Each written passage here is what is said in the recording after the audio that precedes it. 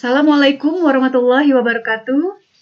Hai rekan-rekan mahasiswa semuanya, salam jumpa bersama saya Rita Herlina pada mata kuliah Psikologi Komunikasi. Dalam pertemuan ini kita akan membahas tentang ruang lingkup psikologi komunikasi, di mana poin-poinnya terdiri dari ciri pendekatan psikologi komunikasi, pengertian psikologi komunikasi, dan penggunaan psikologi komunikasi. Untuk lebih jelas, kita simak dalam uraian slide berikut ini. Ruang lingkup psikologi komunikasi akan diawali dengan ciri pendekatan psikologi komunikasi. Pendekatan psikologi komunikasi artinya bagaimana komunikasi dipandang dalam pendekatan psikologi. Perlu diketahui bahwa komunikasi bukanlah subdisiplin dari psikologi, tetapi psikologi adalah salah satu akar dari ilmu komunikasi. Ilmu komunikasi menembus banyak disiplin ilmu atau akar-akar lainnya yang membentuk ilmu komunikasi, yaitu sosiologi, psikologi, filsafat, antropologi, biologi, matematika, dan linguistik. Meskipun komunikasi ditelaah oleh berbagai disiplin ilmu, namun yang agak menetap mempelajari komunikasi adalah sosiologi, filsafat, dan psikologi. Sosiologi ini mempelajari komunikasi sebagai interaksi sosial. Filsafat memandang komunikasi dalam hubungan timbal balik antara manusia dan alam semesta atau realitas lainnya.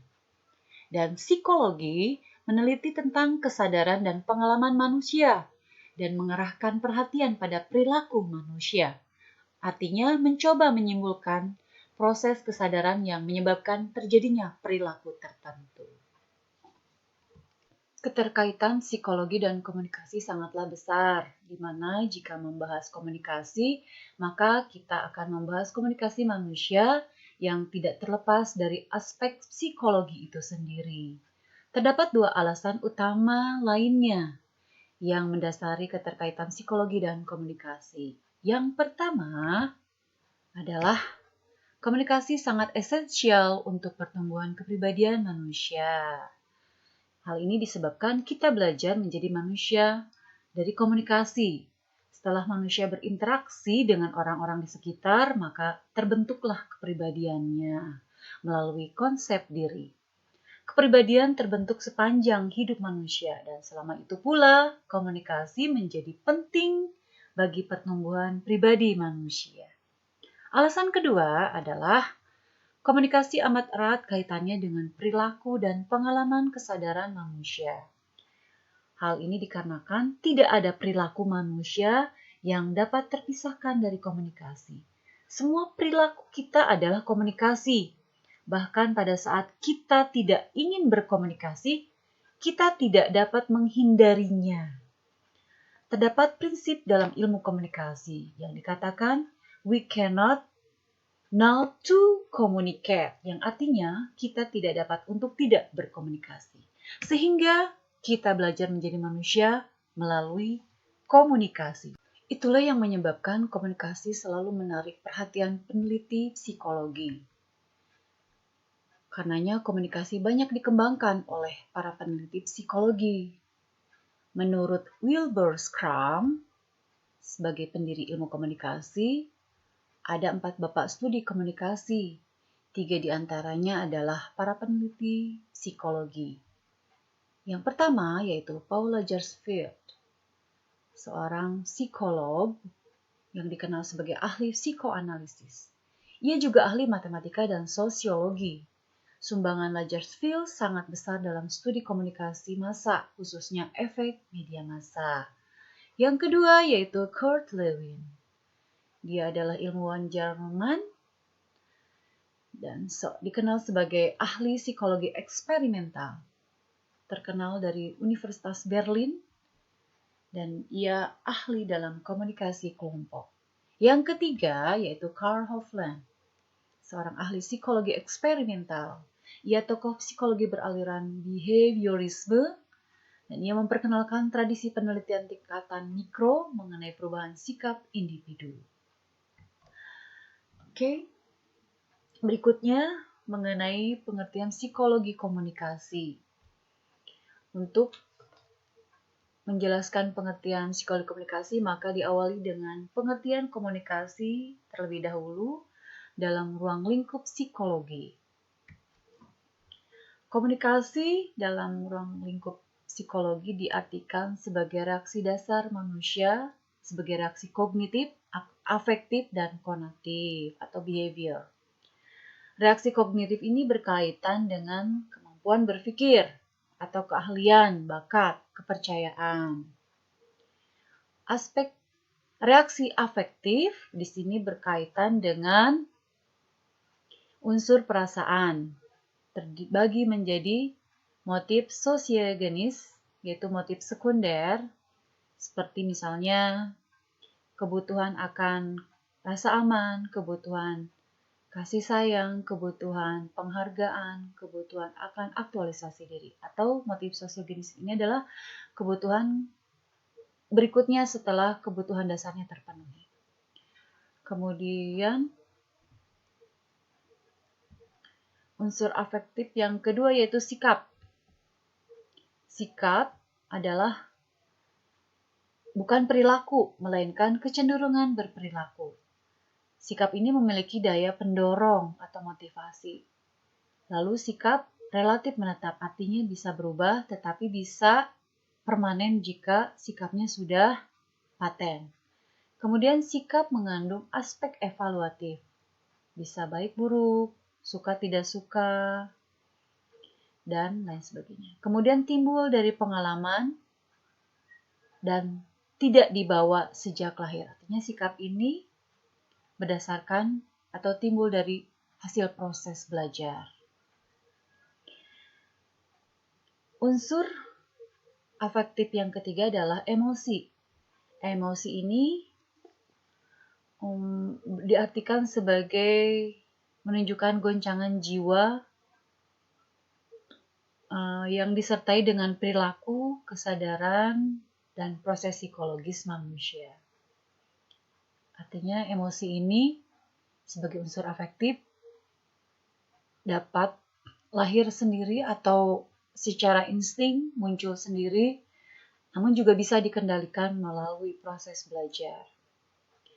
Kemudian yang ketiga adalah reaksi konatif behavior, yaitu berkaitan dengan perilaku, kebiasaan, dan kemauan. Kemudian, komunikasi dalam lingkup psikologi juga diartikan sebagai proses pesan pengaruh atau secara khusus sebagai pesan pasien dalam psikoterapi, yaitu berkaitan dengan penyakit kejiwaan. Komunikasi dalam arti psikologi diartikan sebagai penyampaian energi dari alat-alat indera ke otak, peristiwa, penerimaan dan pengolahan informasi, proses saling mempengaruhi di antara berbagai sistem dalam diri organisme. Dalam komunikasi intrapersonal diartikan sebagai proses sensasi, persepsi, dan memori dan berpikir. Sensasi adalah proses penerimaan indrawi dari alat indera menuju ke otak. Persepsi adalah proses menerjemahkan atau memberi makna pada sensasi. Memori adalah proses menyimpan informasi dan berpikir adalah proses merecall atau memanggil kembali yang disimpan dari memori. Namun tidak hanya mau menyampaikan tentang proses yang terjadi dalam diri manusia, komunikasi dalam psikologi juga menganalisa seluruh komponen yang terlibat dalam proses komunikasi. Di mana yaitu di sini proses komunikasi, komponen yang terlibat dalam proses komunikasi adalah yang pertama komunikator. Yaitu psikologi melacak sifat-sifat dan bertanya apa yang menyebabkan seorang komunikator itu berhasil dalam mempengaruhi orang lain, sementara komunikator lainnya tidak berhasil. Komponen yang kedua yang dianalisis dalam psikologi, komunikasi dalam psikologi adalah komunikan, unsur komunikan. Yaitu di sini akan menggali psikologi memberikan karakteristik manusia komunikan serta faktor-faktor internal maupun eksternal apa saja yang mempengaruhi manusia. Yang ketiga yaitu adalah unsur pesan. Di sini psikologi tertarik pada bagaimana pesan dari seseorang menjadi stimulus yang menimbulkan respon melalui lambang-lambang yang disampaikan, proses mengungkapkan pikiran menjadi lambang, bentuk-bentuk lambang, pengaruh lambang terhadap perilaku manusia. Artinya di sini bagaimana cara kita harus bisa menyusun pesan sedemikian rupa agar menimbulkan perhatian dan perubahan terhadap orang lain. Kemudian pengertian psikologi itu sendiri berasal dari kata Latin yaitu psyche, yang artinya jiwa dan logos, yang artinya juga kata wacana pemikiran atau studi. Psikologi diartikan sebagai studi tentang jiwa. Ada lagi psikologi dikatakan sebagai studi ilmiah mengenai perilaku dan proses mental. Kemudian, menurut George Miller, psikologi komunikasi, jadi ini sudah dirangkaikan. Psikologi komunikasi adalah ilmu yang berusaha menguraikan, meramalkan, dan mengendalikan peristiwa mental dan peristiwa behavioral dalam komunikasi. Nah, ada lagi pengertian psikologi dalam perspektif psikologi sosial, yaitu sebagai kajian ilmiah mengenai perilaku individu dalam konteks sosial.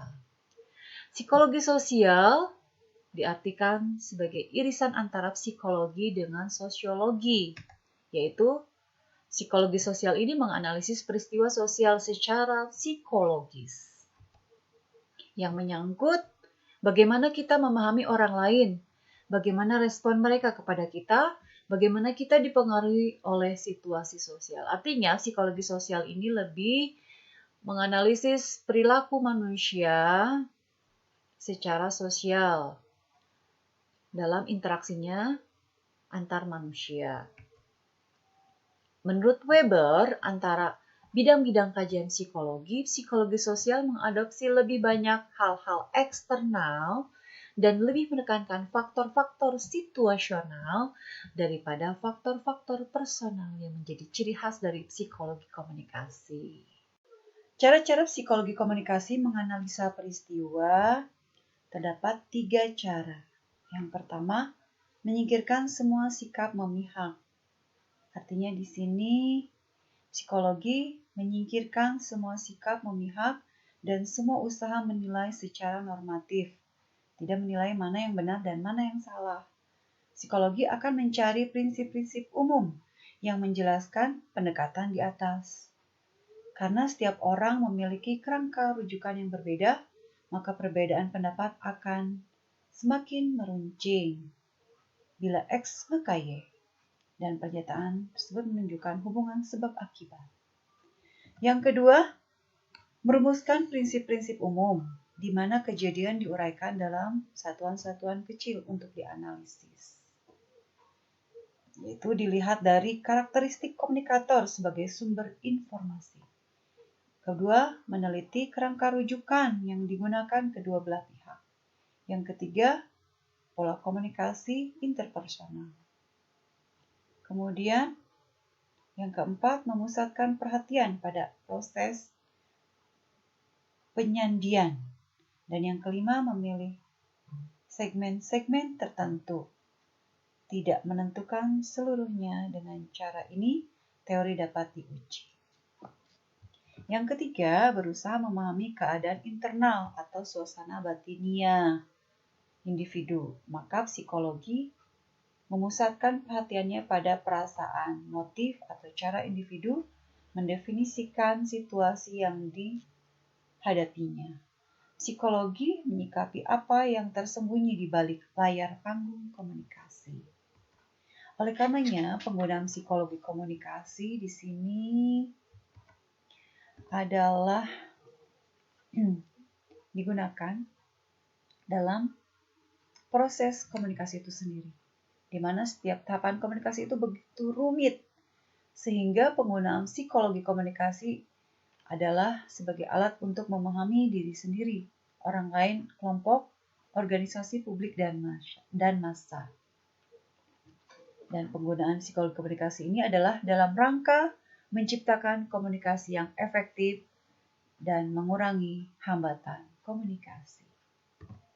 Demikian penjelasan seluruh slide telah saya sampaikan. Semoga dapat dimengerti dan kita lanjutkan dalam sesi diskusi. Sampai jumpa lagi dalam pertemuan minggu depan. Wassalamualaikum warahmatullahi wabarakatuh.